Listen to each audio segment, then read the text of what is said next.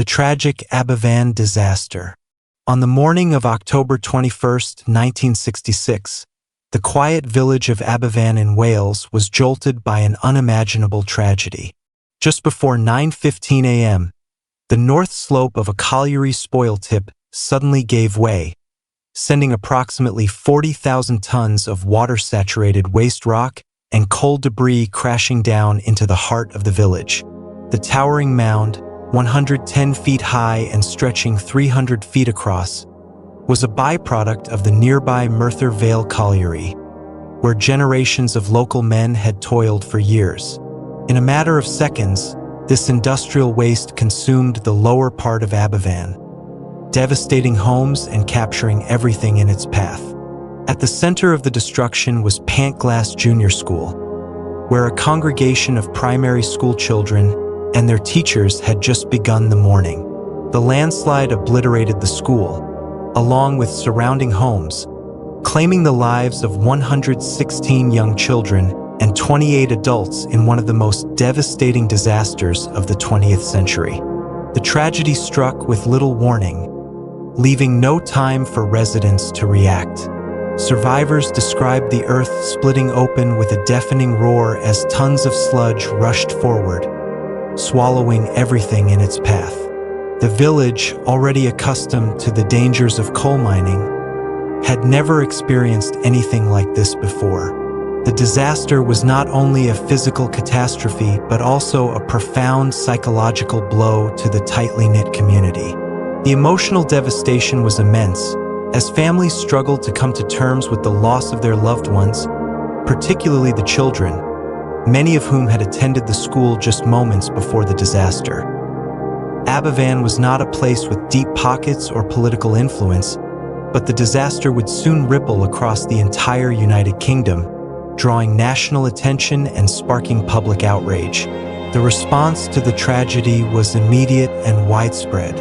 Emergency services from across the country rushed to the village, while the British government, facing the enormity of the crisis, mobilized its resources to aid in the recovery efforts. Investigations soon began into the cause of the collapse, although the official inquiry would not be completed for several months. The Aberfan disaster would go down in history not only for the human toll it left behind, but also for the way it exposed the fragility of industrial processes and the urgent need for stricter safety regulations. It would become a defining moment in British history, forever etched into the memories of those who lived through it. The legacy of Aberfan. The Aberfan disaster has left a profound and lasting legacy, not only for the villagers of Aberfan, but also for the broader UK and the world at large. The tragedy served as a catalyst for significant changes in industrial safety regulations, particularly concerning the management of coal spoil tips. Following the disaster, new legislation was introduced that mandated more rigorous monitoring and assessment of spoil tips, effectively requiring the National Coal Board to reassess its practices and prioritize community safety. These changes marked a pivotal shift in how industries approached risk management, establishing a precedent for accountability that would influence other sectors in the future. In addition to the legislative reforms, the disaster prompted a re-evaluation of corporate responsibility, particularly in relation to environmental impact and community engagement.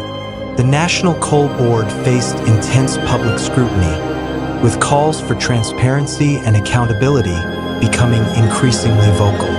The resulting inquiry, led by Lord Justice Ormrod, not only highlighted the immediate causes of the collapse, but also exposed systemic issues regarding oversight and decision-making in the coal industry. The findings of the inquiry led to a greater emphasis on corporate social responsibility, pushing organizations to consider the well-being of local communities as integral to their operations. This shift in perspective paved the way for modern corporate practices that prioritize sustainability and community health. Aberfan also became a symbol of community solidarity and resilience in the face of adversity. The overwhelming outpouring of national and international support after the disaster illustrated the deep empathy and compassion the tragedy evoked. Charitable organizations, individuals, and even high-profile figures rallied to provide aid, demonstrating the power of community action in times of crisis. This spirit of solidarity extended beyond the immediate aftermath, as the village of Aberfan transformed into a beacon of hope, where the strength of its people became a testament to the human capacity for resilience. The community's unyielding determination to honor the victims and rebuild their lives served as a powerful reminder that even in the face of unimaginable loss, hope could endure. Moreover, the legacy of Aberfan transcends national borders, resonating with people around the world who have faced similar tragedies. The disaster became a focal point for discussions on industrial safety, corporate accountability, and the importance of remembering the human impact behind such events. Educational programs and memorial activities in schools across the UK and beyond have ensured that the lessons of Aberfan are not forgotten. These initiatives help foster a greater understanding of the importance of safety regulations, emotional well-being, and community support in the wake of disaster. As the years have passed, the memory of Aberfan remains etched in the collective consciousness.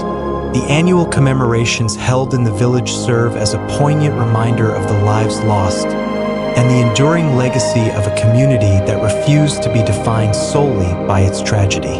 The tributes paid to the victims continue to emphasize the value of life and the importance of vigilance in protecting the future. Aberfan stands today not just as a remembrance of a devastating event, but as a symbol of resilience, compassion, and the enduring power of community in fostering hope and healing. The disaster also had a significant impact on the coal mining industry as a whole. The NCB, which had previously operated with a degree of autonomy in managing colliery waste, found itself under increased scrutiny. The government stepped in to establish more oversight and enforcement mechanisms, ensuring that industrial safety was not compromised for economic efficiency. The NCB's response to the disaster, notably its initial reluctance to fully acknowledge its role, had contributed to the public's distrust. In the years that followed, the organization made efforts to improve transparency and accountability, though many in the coal communities remained skeptical about the sincerity of these reforms. For the residents of Aberfan, however, the long-term impact was felt in more personal and emotional ways. The trauma of losing so many children and adults in a single morning never fully healed. The village grappled with grief for decades, and the loss was deeply embedded in the collective memory of the community.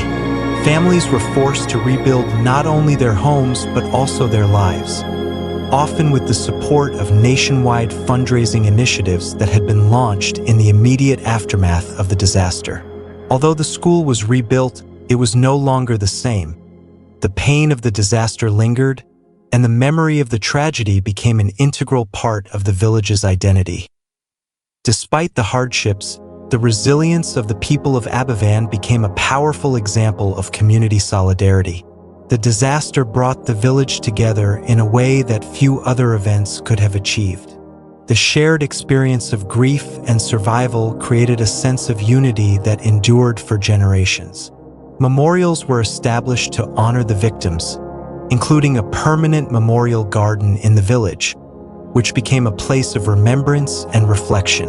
The children whose lives had been cut short were never forgotten, and their legacy continued to shape the village's sense of identity.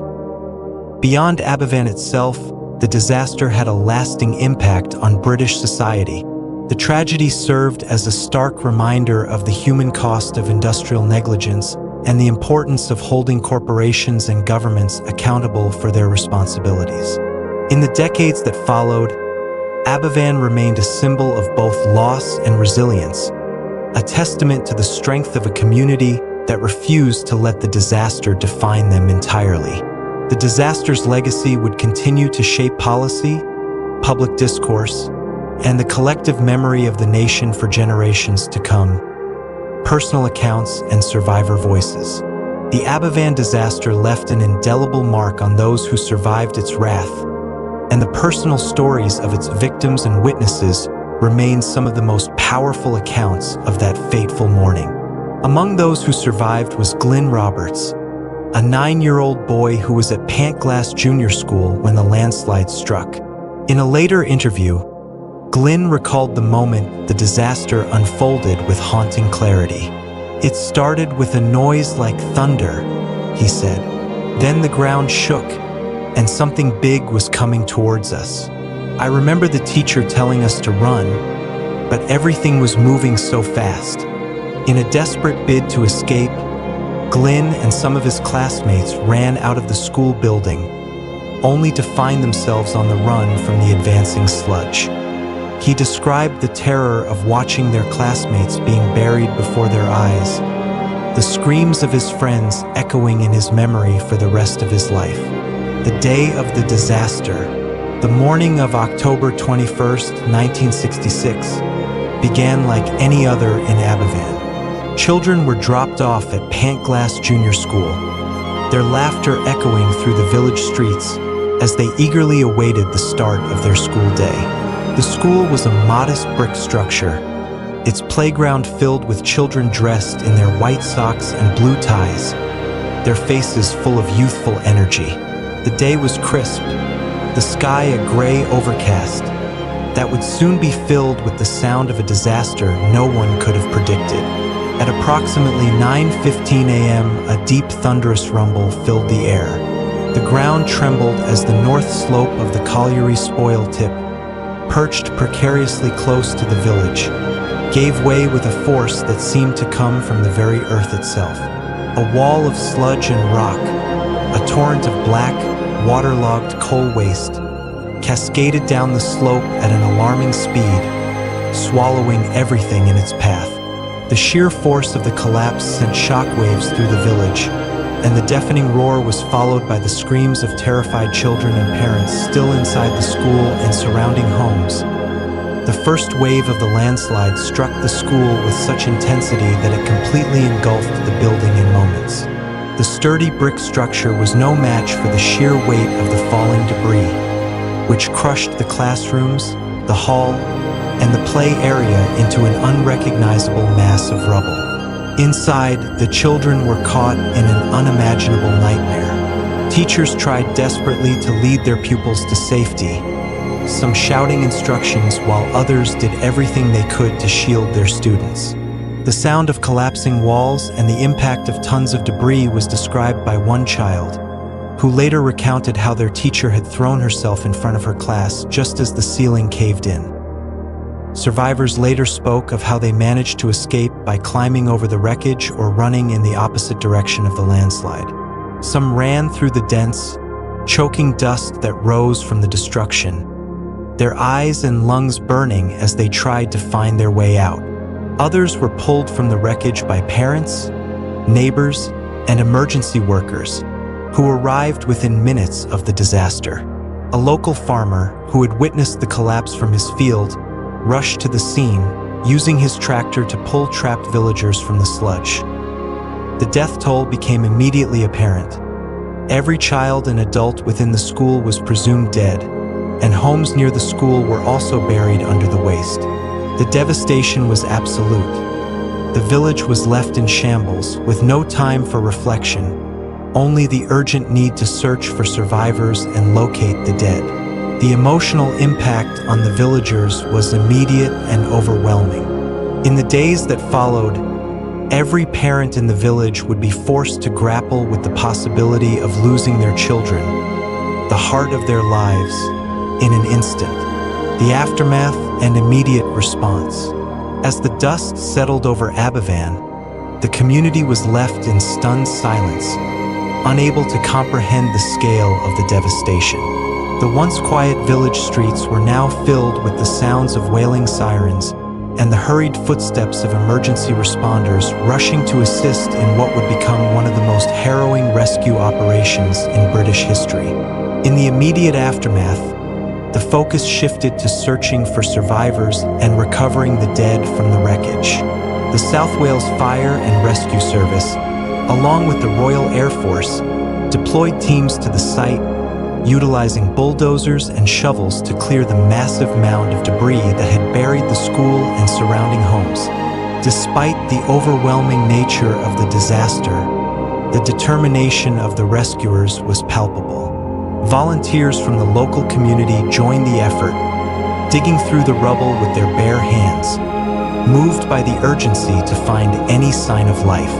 The air was thick with dust and the choking smell of coal, but with every shovelful of dirt turned over, hope flickered. For hours, the rescuers toiled through the debris, their faces grim with the knowledge that time was not on their side.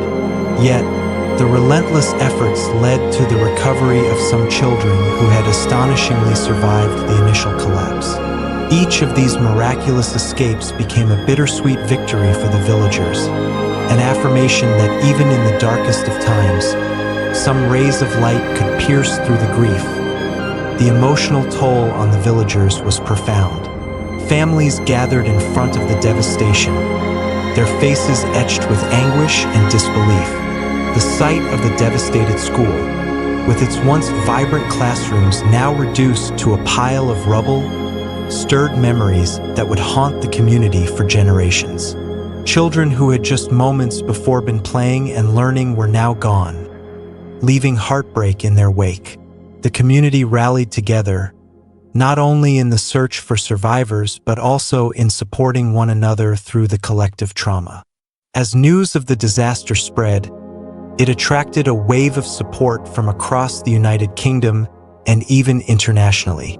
Charitable donations poured in, and offers of help came from all corners of the globe. The Prime Minister, Harold Wilson, visited the village shortly after the disaster, showing solidarity with the grieving families.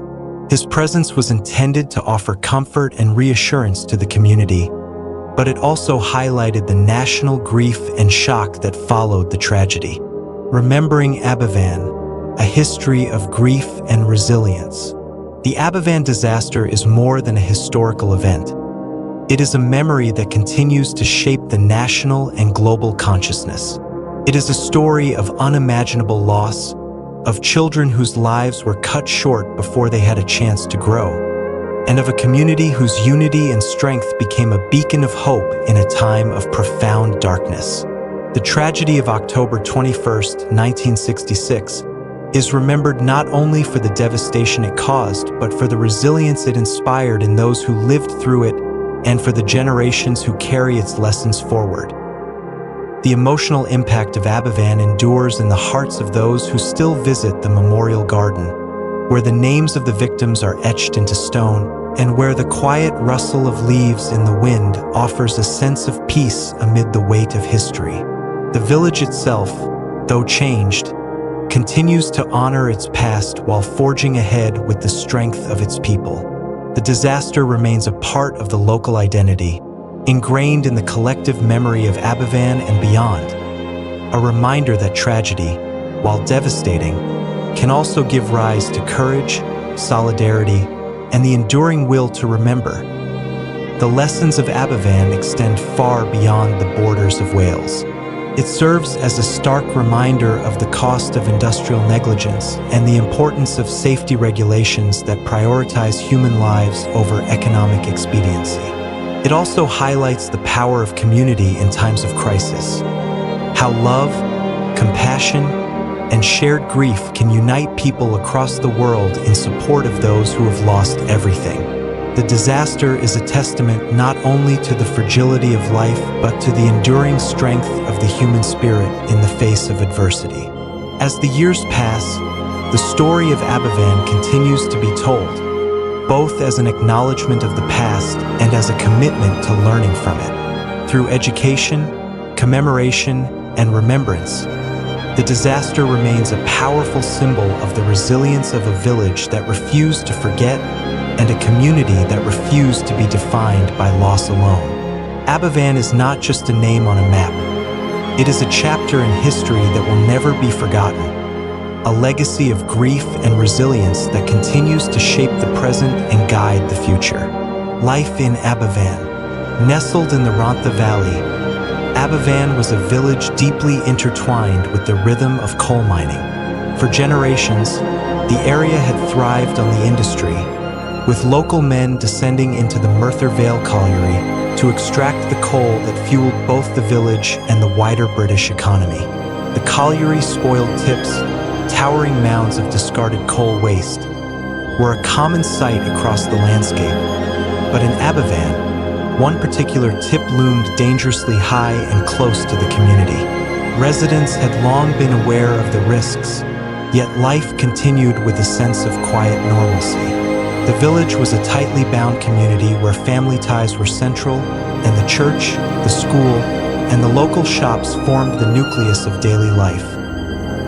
Aberfan had been redeveloped in the post-war years, with new housing replacing the cramped, rundown terraces that had housed generations of miners before. The modern brick houses, built in the 1940s and 1950s, provided a modest but stable living environment for the families of the colliery workers. The village was small, with just over 1,400 residents in 1966, and many lived on the same close-knit streets for their entire lives. Daily routines revolved around the demands of work and school. Men left for the mine at 6:30 a.m., while the children lined up at the Pantglas Junior School for their morning classes. The school, a single-story brick building, was one of the few institutions in the village where every child was known by name and where generations had received their education. Life in Aberfan was marked by simple pleasures and a strong sense of community. On weekends, children played in the fields or gathered at the village hall for dances and socials organized by the youth clubs. The working men's clubs and the pubs were hubs of camaraderie, where miners shared stories and relaxed after long shifts underground. Despite the hardships of their daily labor, the people of Aberfan were proud of their heritage and of the contributions their village made to the national effort, particularly during World War II, when the colliery had supported the war industry.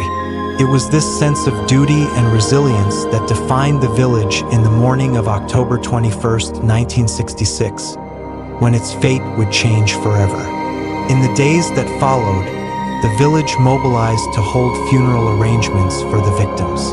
The community came together to pay tribute to the lives lost, as 116 coffins, each bearing the name of a child, were prepared for burial.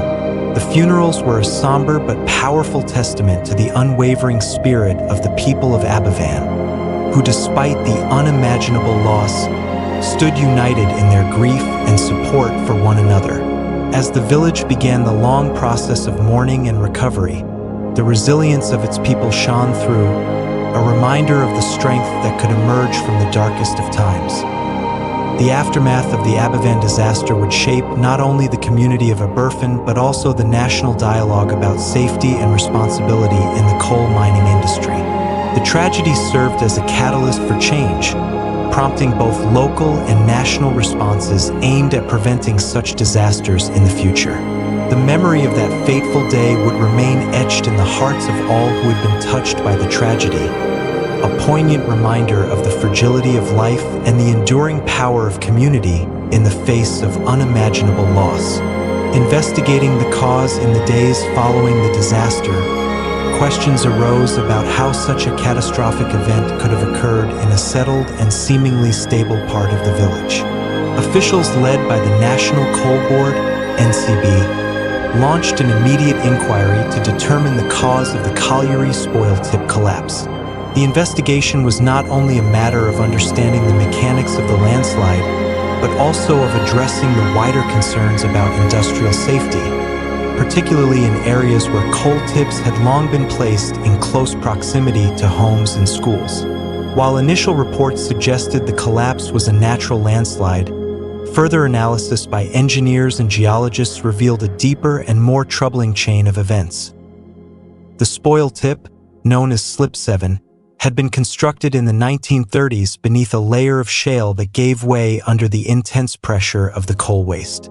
Over the years, the buildup of water in the spoil had created a dangerously unstable structure.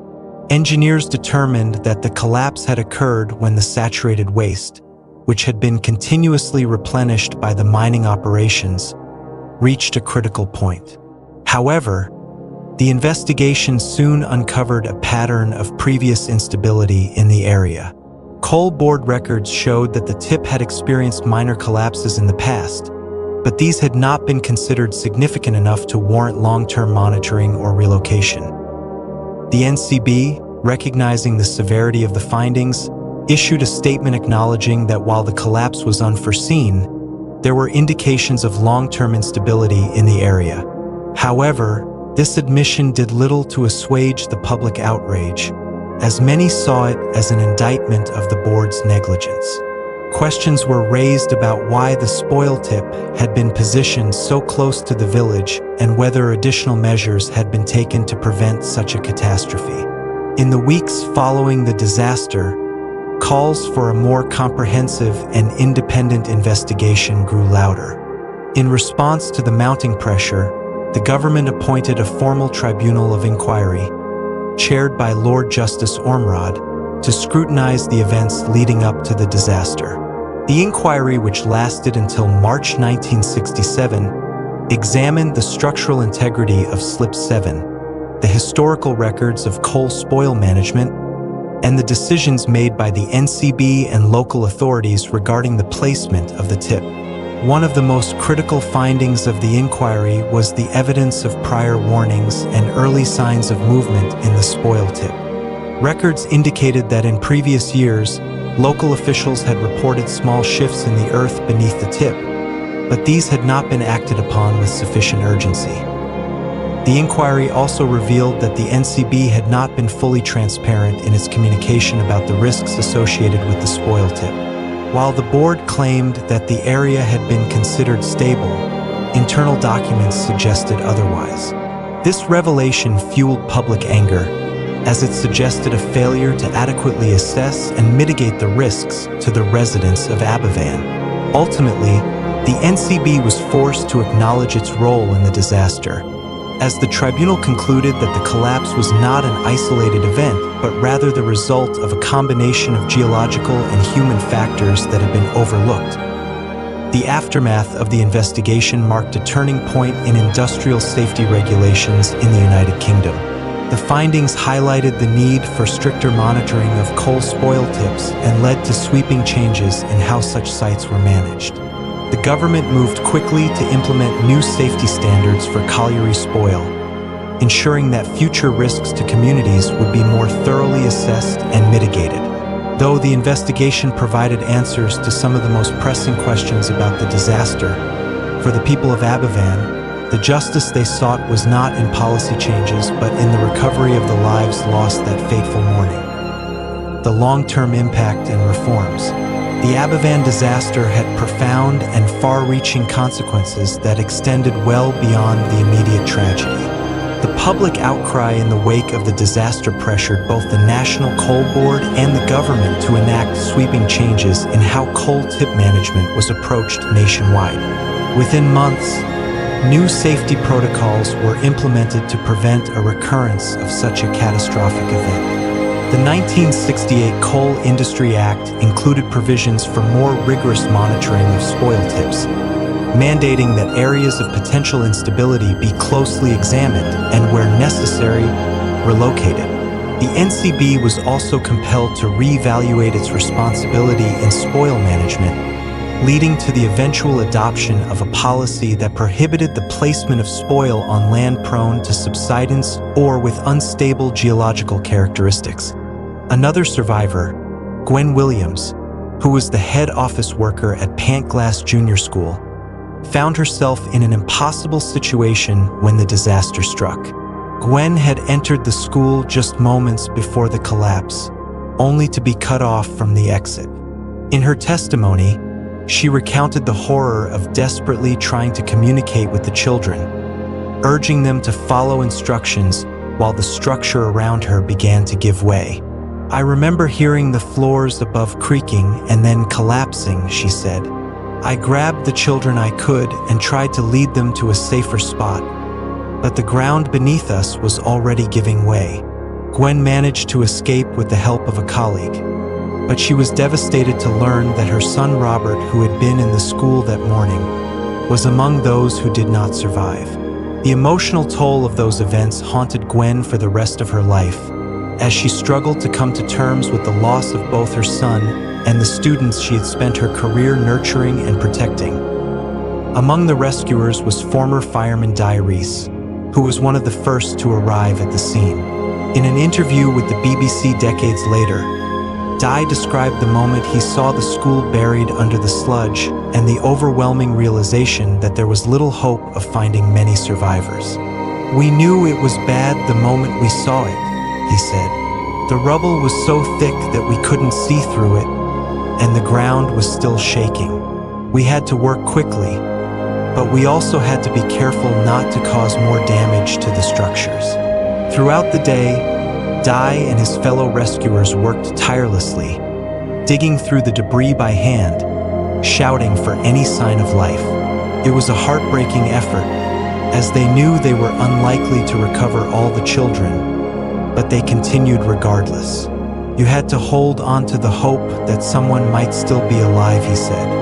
"Even if you didn't find them, you had to try." The emotional impact of the disaster extended far beyond the day itself. For many of the survivors, the trauma of that morning never truly faded. Some struggled with post-traumatic stress disorder in the years that followed, while others found themselves haunted by the memories of their lost loved ones. For the parents, the grief was immeasurable. Gwen Thomas, a mother who lost her son Mark in the disaster, described the anguish of receiving the news with heartbreaking clarity.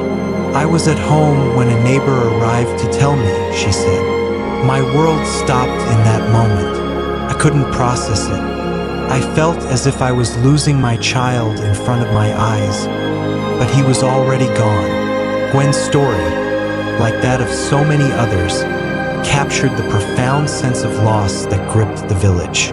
The tragedy of Aberfan was not just in the number of lives lost, but in the enduring grief and suffering that followed in its wake. These personal accounts, from survivors and rescuers alike, provide a deeply human perspective on one of Wales' most tragic days.